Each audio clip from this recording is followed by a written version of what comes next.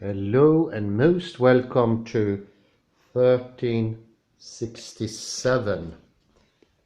And this is the first episode of a series that will go into the first work of Iain McGilchrist, and that is The Master and His Emissary. There are two reasons for why I think this is a good thing.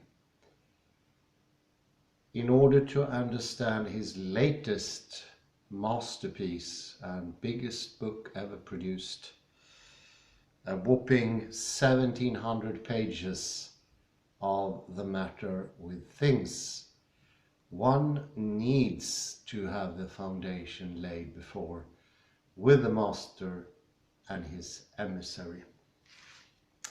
I studied it 2 years ago in detail, and it was very helpful to get into the new book, although they are not written in the same style, neither about the same things. But since this is a complete new area of knowledge, thinking, a discipline entirely novel, there is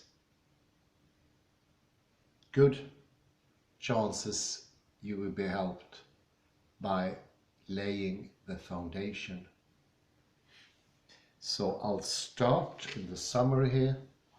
The Master and His Emissary.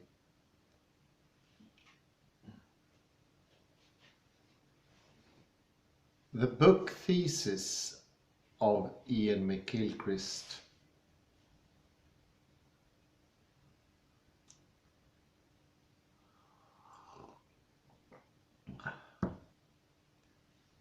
is that for us human beings there are two fundamentally opposed realities, two different modes of experience.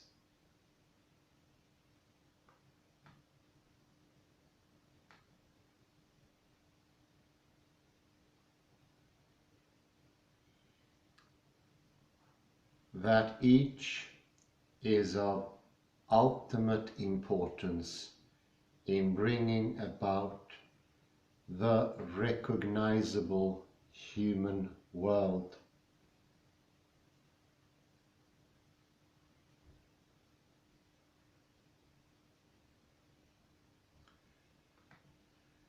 And that their difference is rooted in the bi-hemispheric structure of the brain.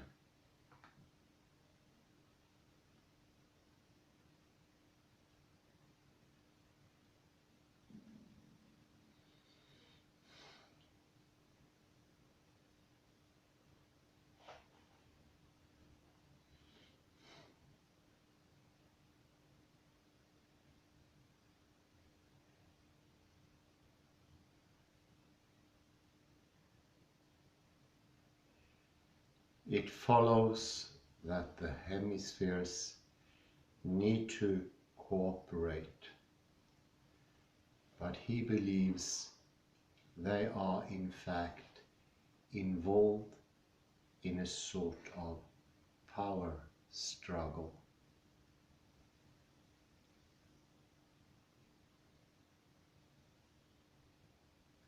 That this explains many aspects of contemporary Western culture.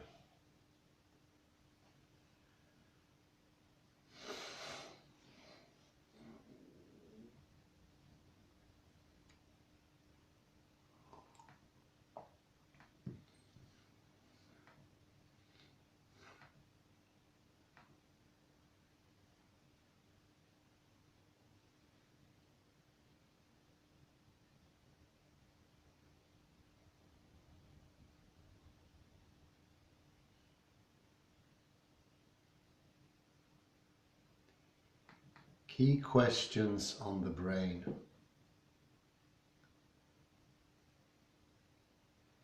Let's begin with some basic questions about the brain.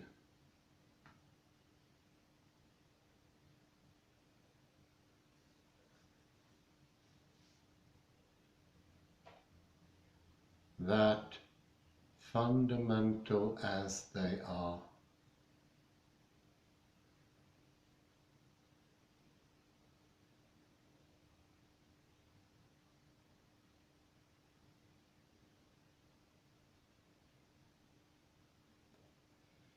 have to Iain's knowledge been satisfactorily addressed by any other theory?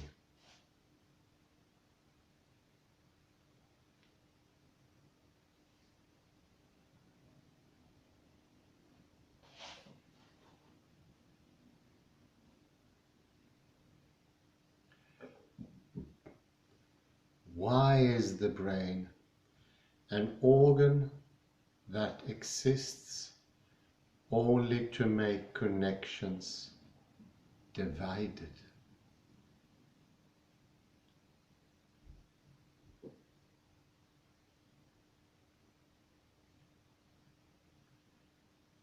Why is it asymmetrical in so many measurable respects, both structural and functional?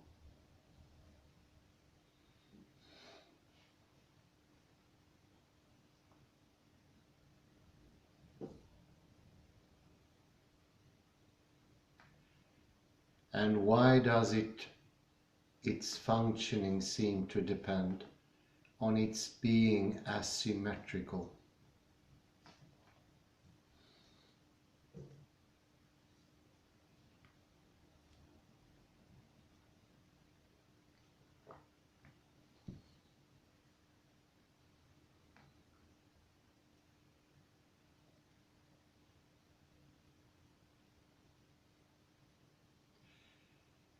And why is the major connection between the two cerebral hemispheres, the corpus callosum, getting proportionally smaller and functionally more inhibitory?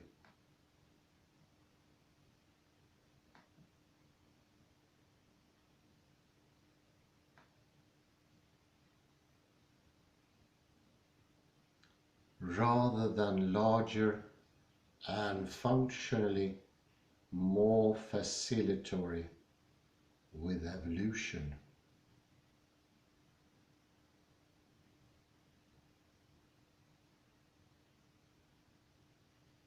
The two hemispheres,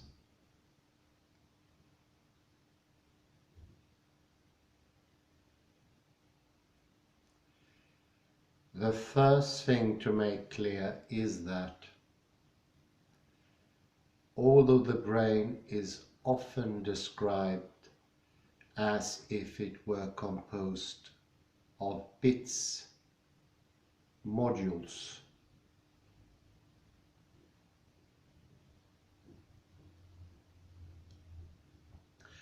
of one kind or another,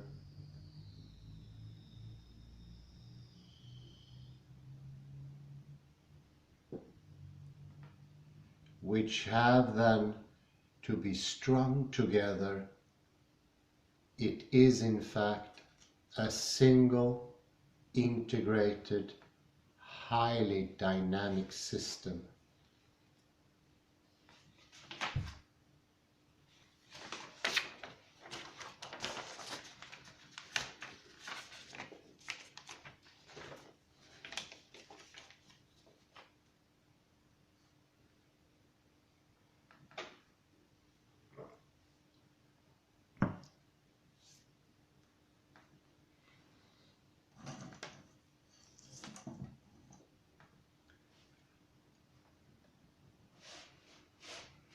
Neurological research reveals a consistent picture of how the two hemispheres contribute to the richness of experience.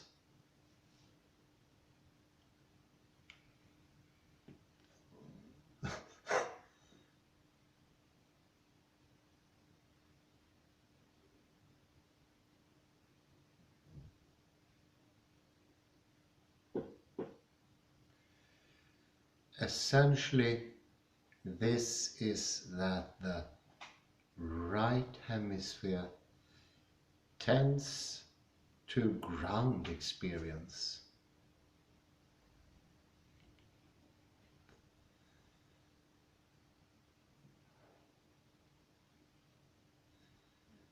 The left hemisphere then works on it to clarify, unpack, and generally render the implicit explicit.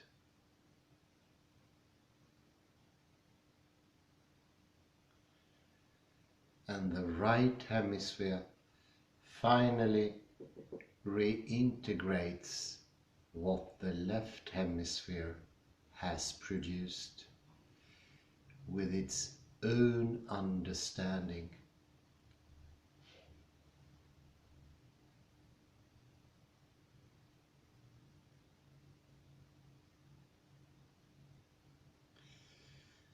The explicit once more receding to produce a new, now enriched whole.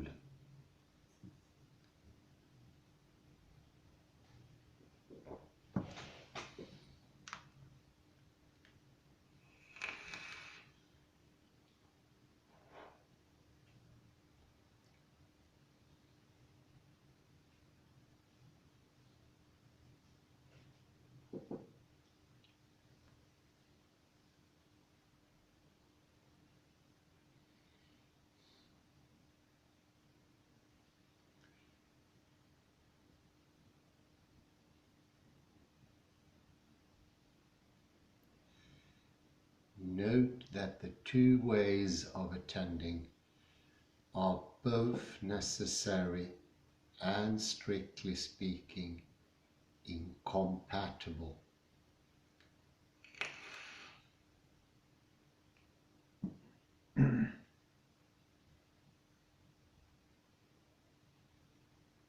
At least at the same level and at the same time.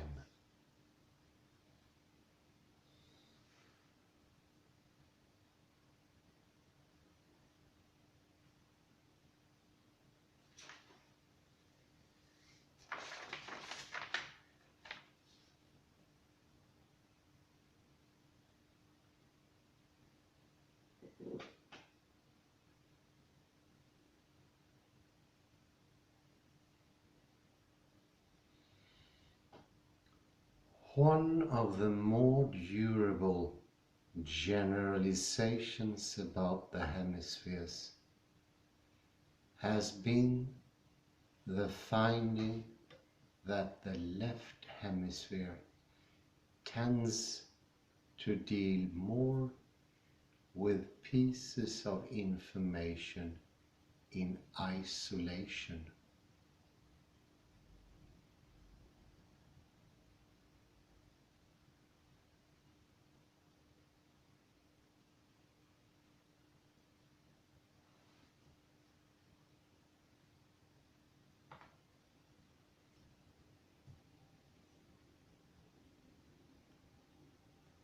And that the right hemisphere, with the entity as a whole, the so-called Gestalt,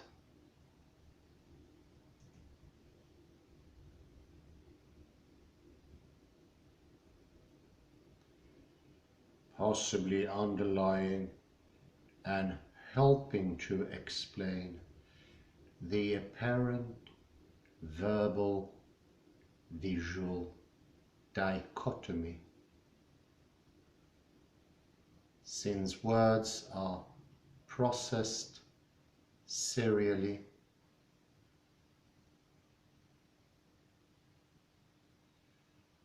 while pictures are taking in all at once.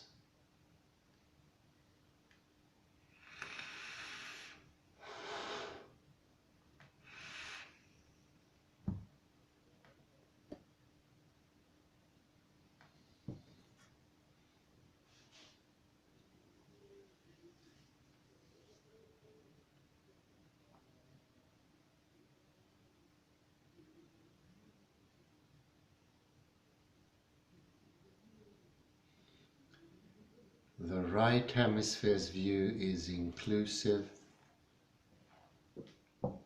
both and synthetic, integrative. It realizes the need for both.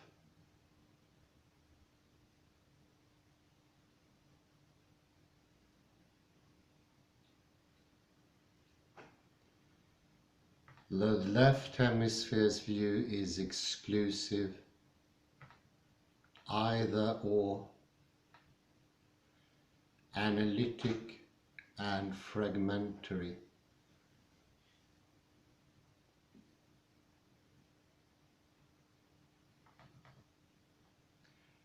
But crucially, unaware of what it is missing.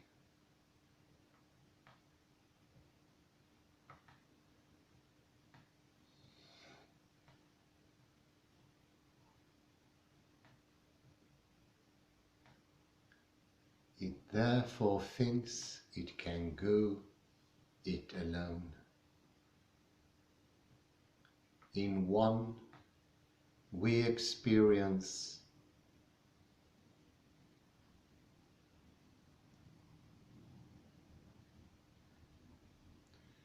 the live, complex, embodied world of individual, always unique beings.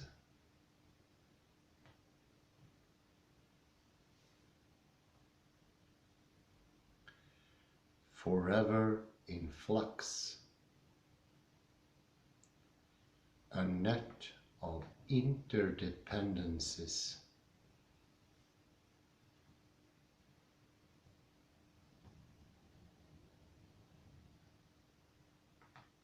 forming and reforming wholes, a world with which we are deeply connected.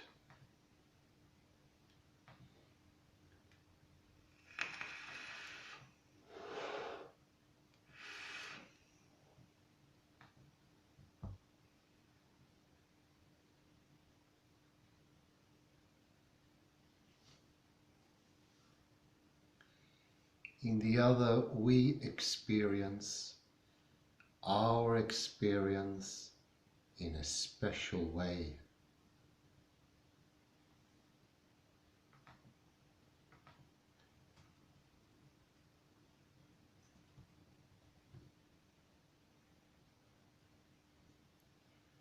A represented version of it, containing now static, separable, bounded, but essentially fragmented entities.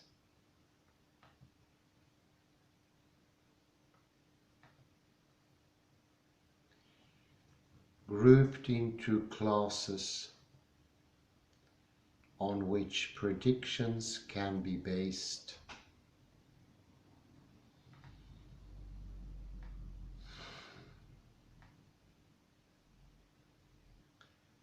This kind of attention isolates, fixes, and makes each thing explicit by bringing it under the spotlight of attention.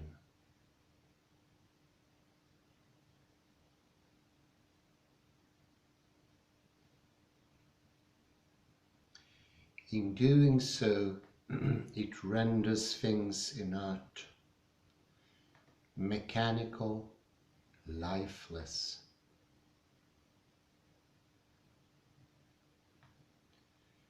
But it also enables us for the first time to know and consequently to learn and to make things.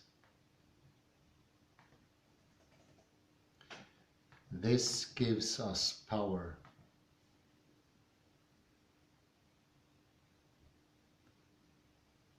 Hemispheric differences.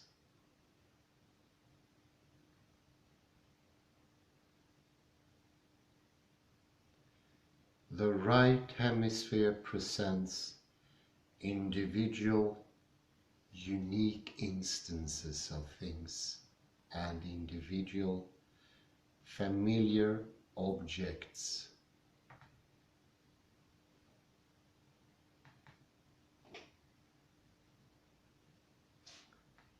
Where the left hemisphere represents categories of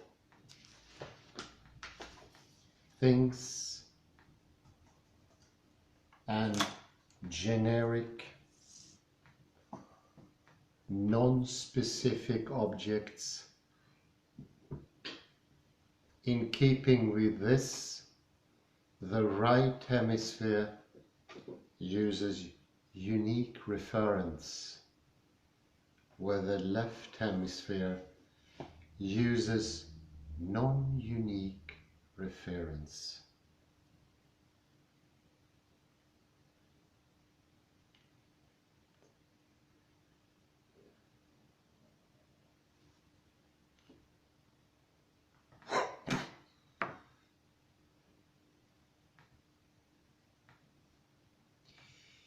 It is with the right hemisphere that we distinguish individuals of all kinds, places as well as faces.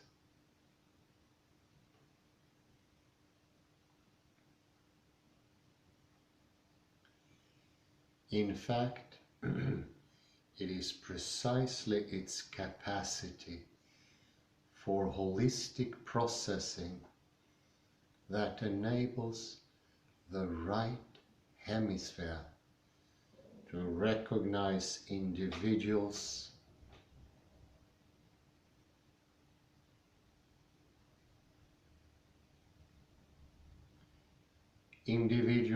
are, after all,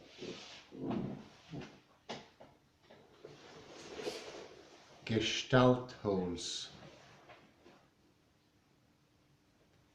That face, that voice, that gait, that sheer quiddity of the person or thing, defying analysis into parts. My comment here, it's very close to the voice of the friend that we read, I think 200 lectures ago, of Derrida. In June. In June. It's making the voice less by giving it a name, by giving it singularity or plurality. We make it less. The identification process making the voice, telling less, very close to the difference between right and left hemisphere.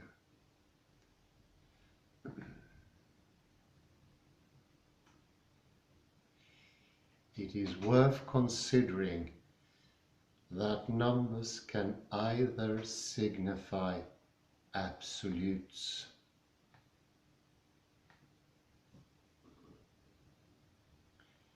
a quantifiable amount, as in statistics,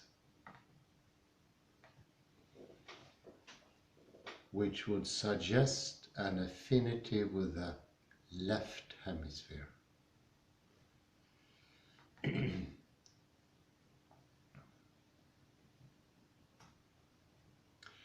Or signify relations which would suggest an affinity with the right hemisphere.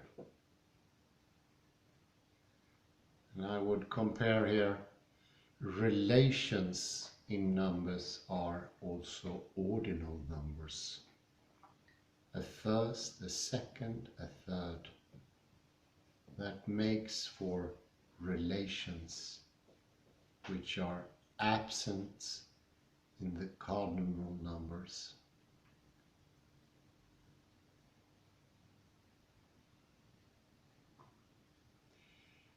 For Pythagoras, it was this regularity of proportion, or relationship, rather than number in any absolute sense.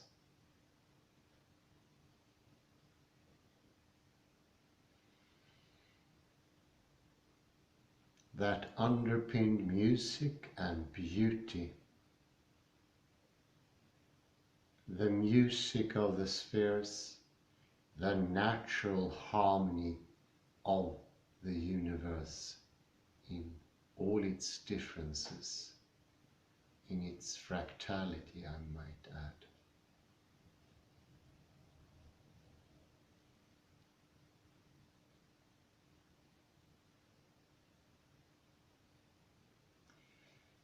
The belief in one truth.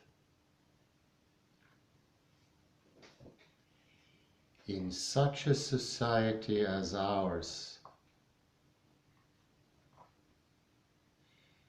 any apparent inconsistency is treated as a sign of error or intellectual muddle.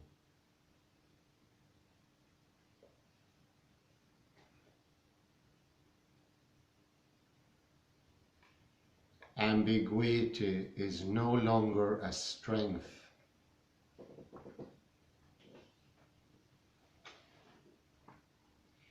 Given that truth is known to be complicated and many-layered, it is a weakness, since truth is thought of as single and straightforward.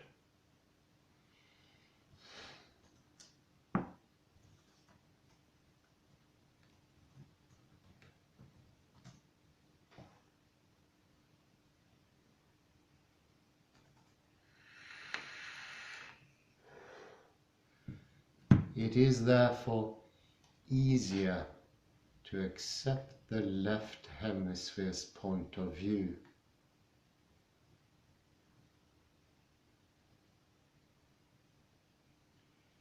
which is easily articulated, unambiguous, and simply stands in contradiction to the right hemisphere's view.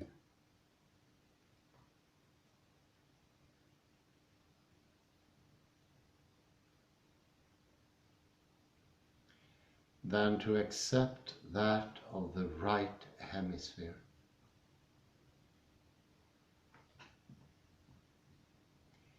Which is more multifaceted and harder to articulate.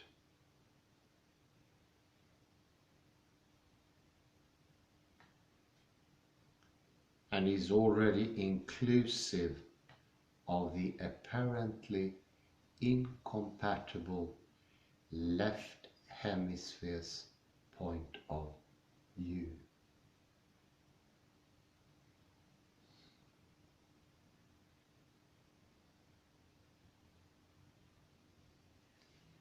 The conflict in our aims.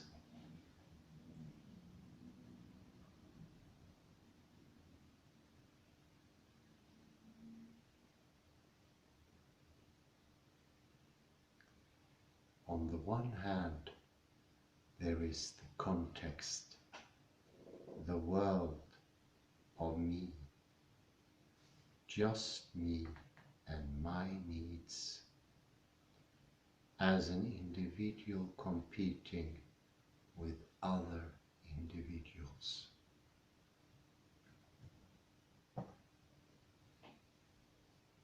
My ability to peck that seed, pursue that rabbit, or grab that fruit. I need to use or to manipulate the world for my ends, and for that I need narrow, focused attention.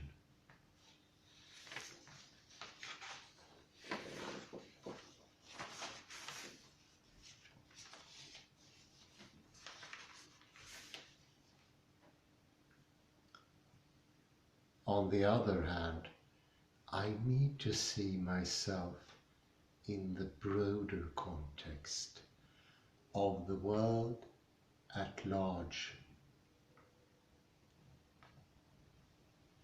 and in relation to others.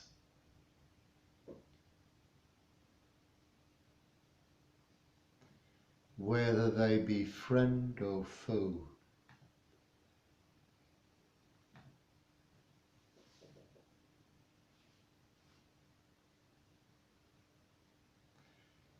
I have a need to take account of myself as a member of my social group,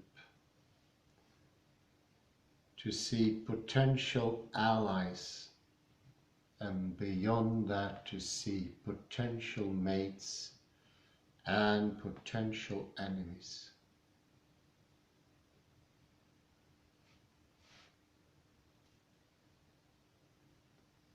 Here I may feel myself to be part of something much bigger than myself.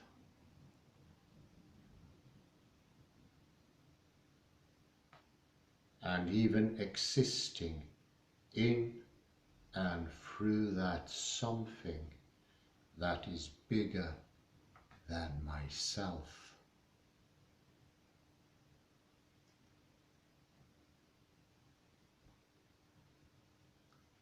The flight or flock with which I scavenge, breed and roam,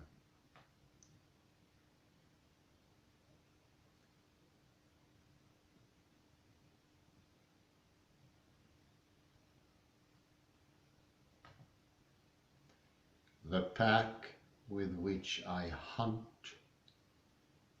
and ultimately everything that goes on in my purview.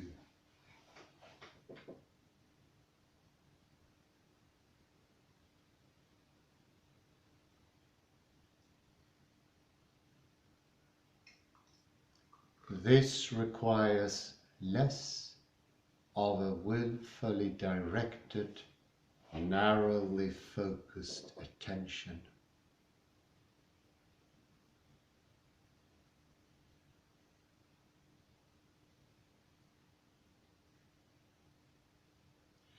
And more of an open, receptive, widely diffused and alertness to whatever exists, with allegiances outside of the self.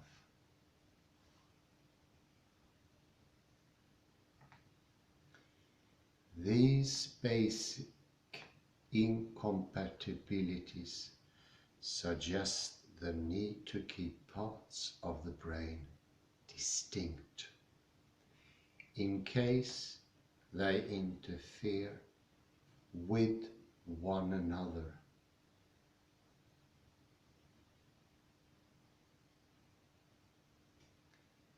Types of attention.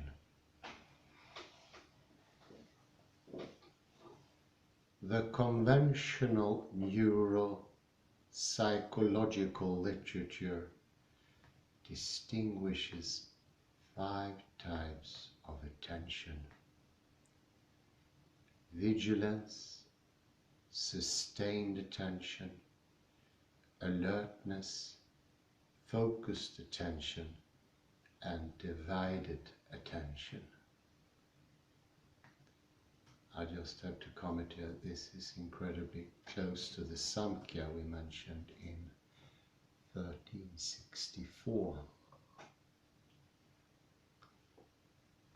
While not identical, vigilance and sustained attention are similar, and they are often treated as one concept.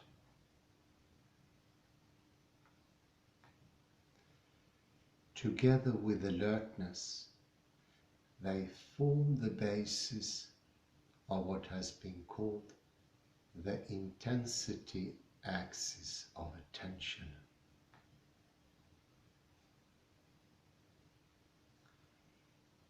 The other axis is selectivity.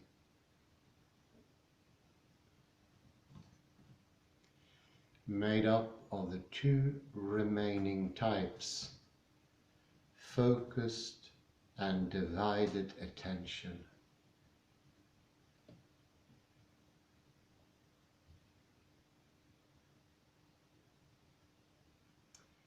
Experiments confirm that the different types of attention are distinct and independent of one another.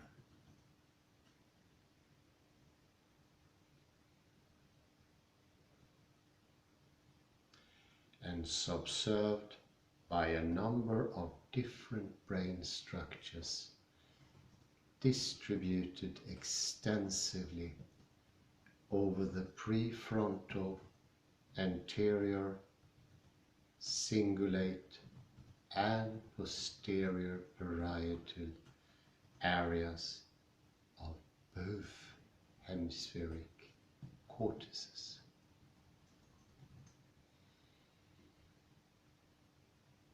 If it is the right hemisphere that is vigilant for whatever it is that exists out there,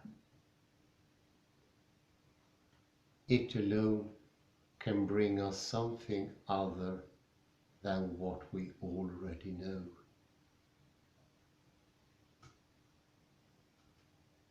The left hemisphere deals with what it knows.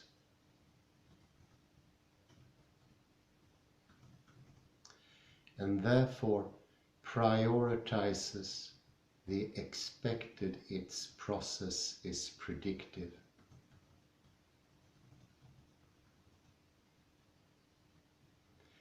It positively prefers what it knows. This makes it more efficient in routine situations where things are predictable but less efficient than the right wherever the initial assumptions have to be revised, or when there is a need to distinguish all the information from new material that may be consistent with it. Make a little summary here.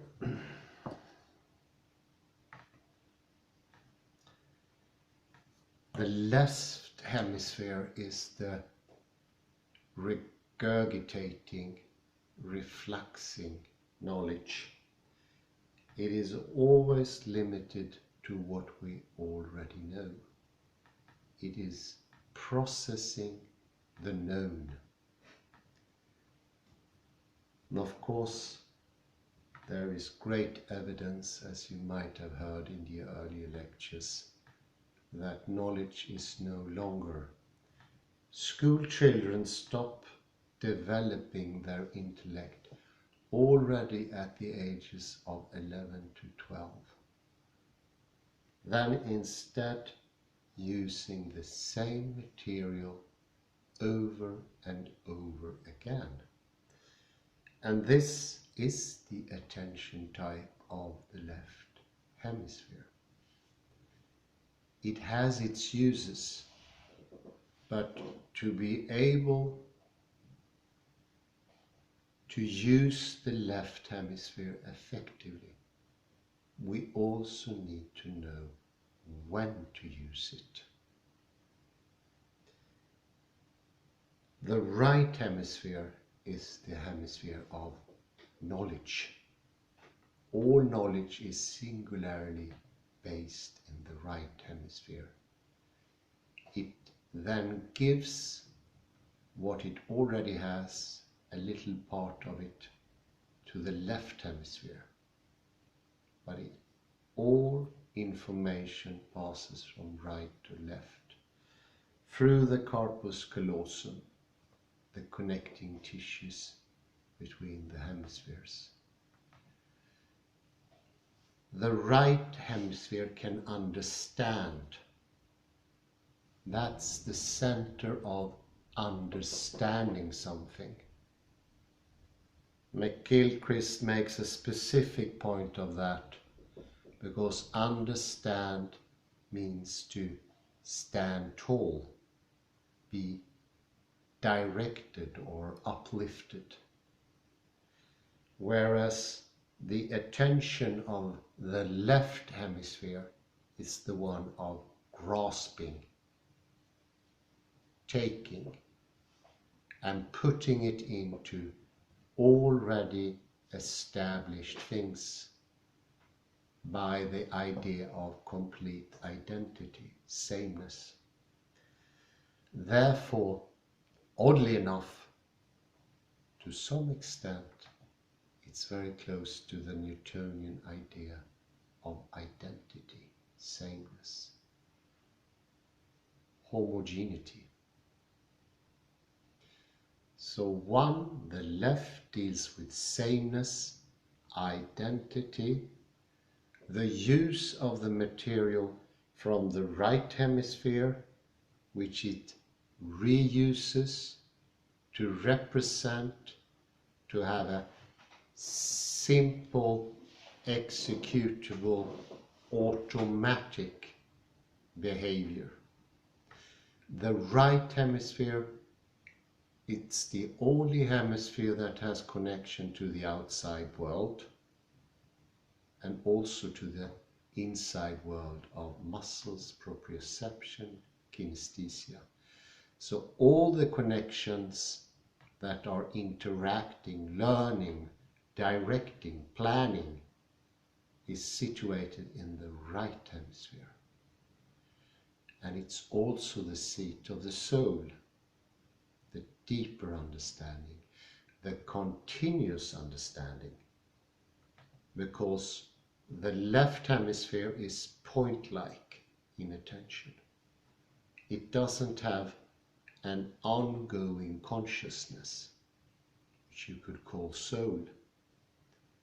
There is no possibility, if you're in the left hemisphere, to have an experience of a soul.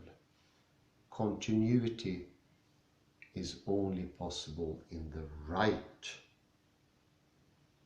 more broad attention hemisphere. It takes in also outside and upside and downside, all around. It opens up the attention, and in this attention the left hemisphere can come and point something out. Look there. It's a little thing here that you could need. Any questions? Give the microphone and the camera on to you here. There you go. Good evening, good evening. Just give me a second. Give you some light here. Good evening. So I have two questions. So Hans, you have observed in the past that, and McGilchrist has also said that people contact him all the time and ask him, how can I become more right hemisphere brained? How do you say it? How can I become more, how can I think more with my right side of the brain? So, okay, so he doesn't give the answer to this question because he says it's left brain, left side of the brain thinks in that. So therefore, if it would be easy, why? So my question is, so for the first, why doesn't he say, okay, pick your pencil and begin to draw, begin to paint, even if you can't paint, it cannot be so easy. Otherwise he would say that. So there is a contradiction there. And another thing, to think that if people would force themselves, for instance, to write with their left hand, they would become automatically more right, think more with the right side of the brain. Or is it, do I simplify too much?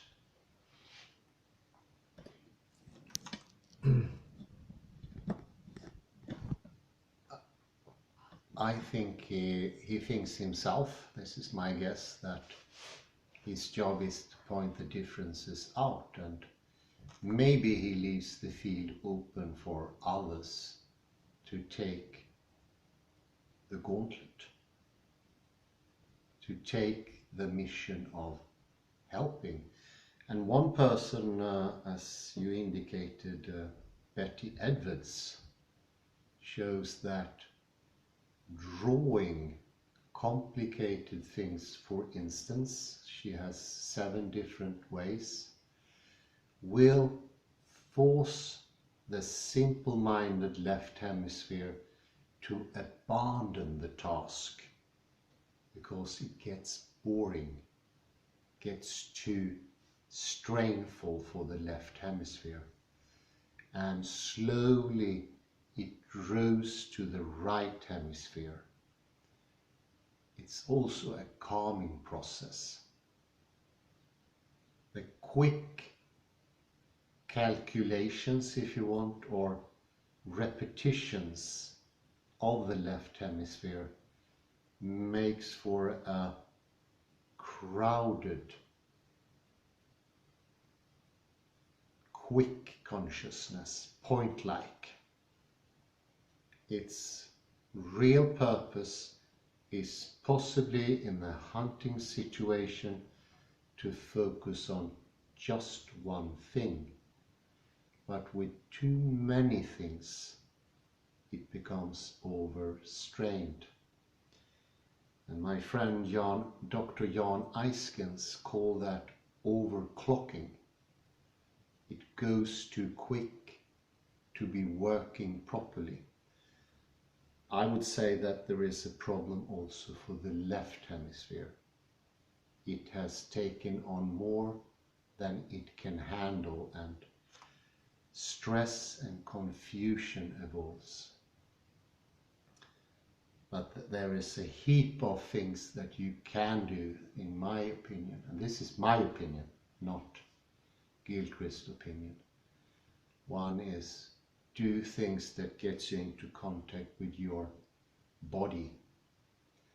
Enhance kinesthesia, proprioception will give more slant to the right hemisphere. More inclusive, calmer, and that will help both the left hemisphere. As pointed out later in this summary, the real purpose of the left hemisphere is to be an effective, loyal servant to the right hemisphere. And in that way of working, it works excellent. Doing its things quick, helping us when we really need it to pick out that particular thing quick and without hassle.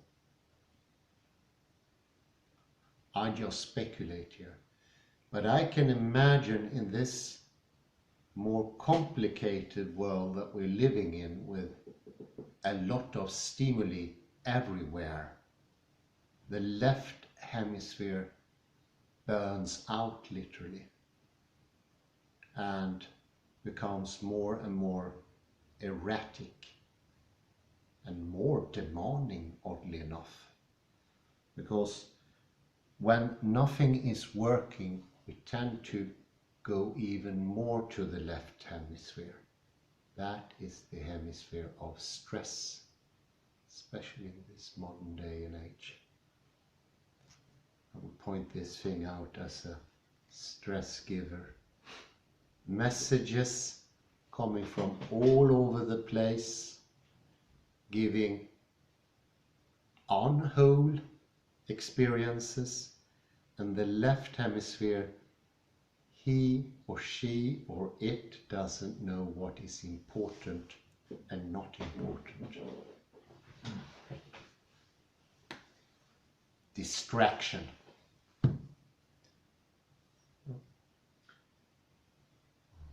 But the left, what about writing with the left hand? Writing with the left hand, or changing the hand that you're using for doing things, especially delicate things like writing, is helpful, and it can bring more to the side of the right hemisphere. So it's hard training, but it can be helpful.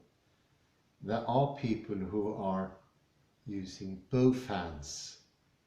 Famous example was Leonardo da Vinci. He could have been perfectly balanced between the hemispheres, writing equally good with both hands, which is in itself incredible rarity. I say thank you very much and have a very pleasant night. Bye bye for now. Thank you.